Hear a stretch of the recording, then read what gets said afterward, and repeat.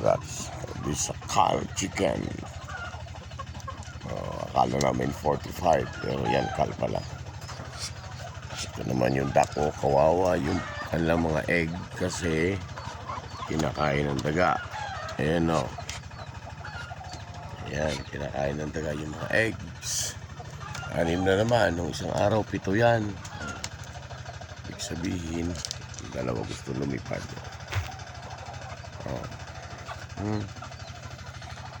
This is a lemongrass. Ayan o. Ayan yung aking mga lemongrass. Okay.